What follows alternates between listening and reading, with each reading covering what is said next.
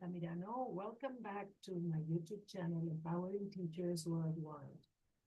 In our previous video, we explored the theoretical framework for visual input and creative output. And I discussed the importance of visual thinking strategies in language learning. Today, we're going to see some practical applications, activities that you can implement in your classroom right away. From art appreciation to storytelling, from musical connections to creative dialogue, these activities will help your students develop their language skills while engaging their imagination. So let's start with a simple but powerful exercise using a fascinating painting. This is Hugh Train by Nigel Van Wyck from the Working Girl series. He's an American painter who lives and works in New York. So having a look at this picture, you can use the 3 questions and ask students to discuss what's going on in the picture, what do you see that makes you say that, and what more can we find? So you can have a look at this picture and do it yourselves. What's going on in this picture? For me, this is a girl in the underground or on a bus in the underground because it's quite big, so in the underground. Perhaps she's going back home. It's late night and she's not feeling well. She's feeling sad. What do I see that makes me say that? Okay, she's all alone in the train. Her posture, her body language tells me that. Maybe she has had an argument with a partner. So what more can we find? Well, she hasn't got a handbag, or at least we cannot see it, which is odd. So maybe she has lost it. So you see, students can discuss a number of things. All the ideas that they have are valid because there are no right or wrong answers here. So you have them talking about the picture. There's another one that I really like. This picture of Frida Kahlo van Gogh and the girl of the pearl on a train.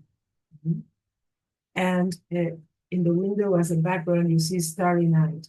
So again, you can ask the students these 3 questions and they can discuss in groups and then share their ideas with the rest of the class. And something that I like to do is add more questions to these basic 3.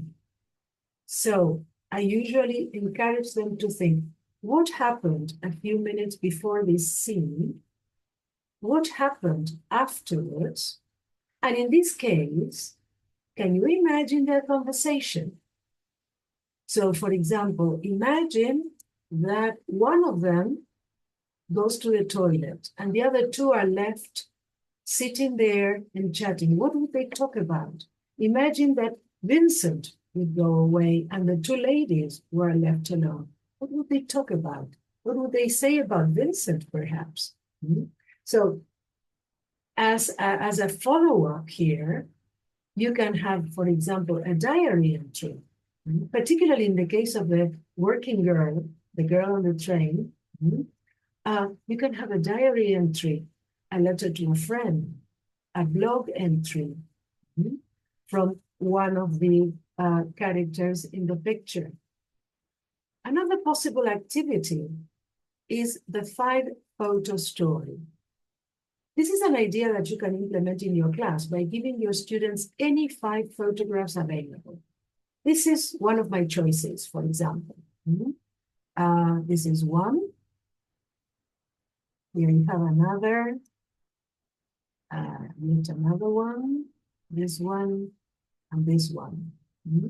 So give them viewing time and ask them the 3 questions.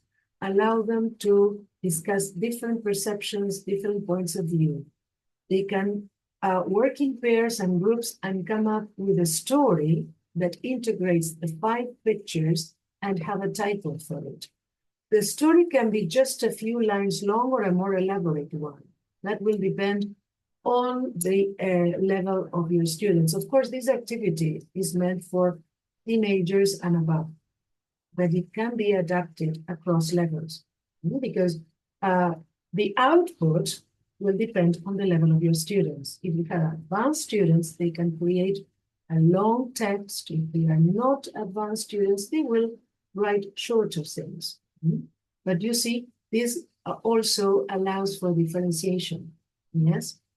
The story, as I say, they can even video record the story and add a soundtrack. In addition to using random photos like this to stir one's imagination for story writing, the exercise initiates the idea of matching photos to storytelling. So this can serve as an introduction to digital storytelling. Also, choose photographs that are vague enough to allow for discussion, to allow students to let their imagination fly. Another activity that you can do is show a photograph, but reveal it by bits. And every time you reveal a bit, ask the 3 questions. Yes, for example, here. And finally, show the entire picture and elicit reactions. This is a memorial in Budapest, Hungary. It's called The Shoes. It's The Shoes on the Danube Bank. It was conceived by film director Kanto Guy, and he created it on the east bank of the Danube River with sculptor Gyula Power to honor the people who were killed by Arrow Cross militiamen in Budapest during World War II. And then you can show a last photograph and ask the students to imagine who this person is, why is he there, and they can develop a whole story about it. Another possibility is using art and music. And you can choose 2 pictures and 2 pieces of music. For example, I have chosen this one and this other one. Yes. So you show the pictures, you ask the 3 questions, you ask learners to then compare and contrast the pictures, and you can play 2 very different pieces of music. So you play the first piece of music and ask the students which picture it might be connected with and why. And then you play the second piece of music and ask the same questions. Have they changed their minds about the connections after hearing the second piece? Why? When several students make the same connection, do they give the same reasons for it? Depending on the level of the class, you may ask them to write down words that both the picture and the music evoke in them, and then they may write a poem or a short narrative. Another possibility is the object interviews. That is, there are lots of inanimate objects around us, but we never ask ourselves what they are in our lives. So the object interview is about finding out who these objects are. For example, the healing chair. So there is a changing process of a familiar piece of furniture. Here, witness results in new meanings, and removal and addition of elements create new functions. So you show the image, you allow thinking time, and then you can proceed to ask the class to think about how the chair feels about being maimed and having had the broken leg turned into a toy. So the leg of the healing chair has become a toy car. Can you imagine a father reading in his chair, in this one? He stacks the books underneath his seat and transforms the leg into a toy for a child to play with. What if two chairs discuss surgery? Imagine the conversation between this chair and a modern chair in the same room. You could ask the students to work out the conversation in pairs or in small groups, act it out and video record it. And then you can show a video without sound and ask them the three questions again. Now, I'm going to show you a short video about the two chairs talking. And they can then compare this one with the conversation they have created.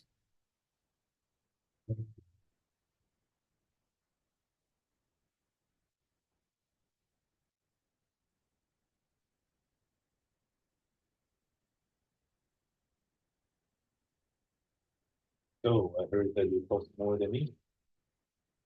It doesn't surprise me. You're too fat. I'm Indian. Bad. I don't think so.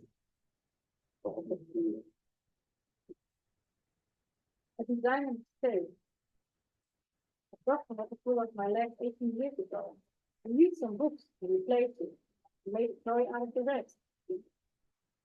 Stay focused, clean the carpet. People were arrived. I'm sorry for you. Hope you read the book before. As I said, these activities demonstrate how visual input can spark creative output in countless ways. Whether it's crafting stories from photographs, exploring emotions through art and music, or imagining dialogues between inanimate objects. Each activity creates opportunities for authentic language use and personal expression. Now, remember that these are just starting points. You can adapt and modify these activities to suit your students' levels, interests, and learning objectives.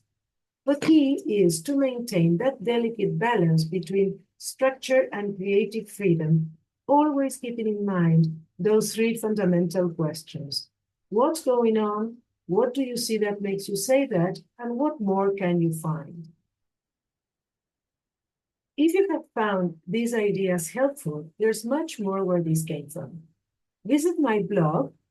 You can find it at annie.altamirano.com for weekly articles, resources, and practical teaching tips that you can implement right away.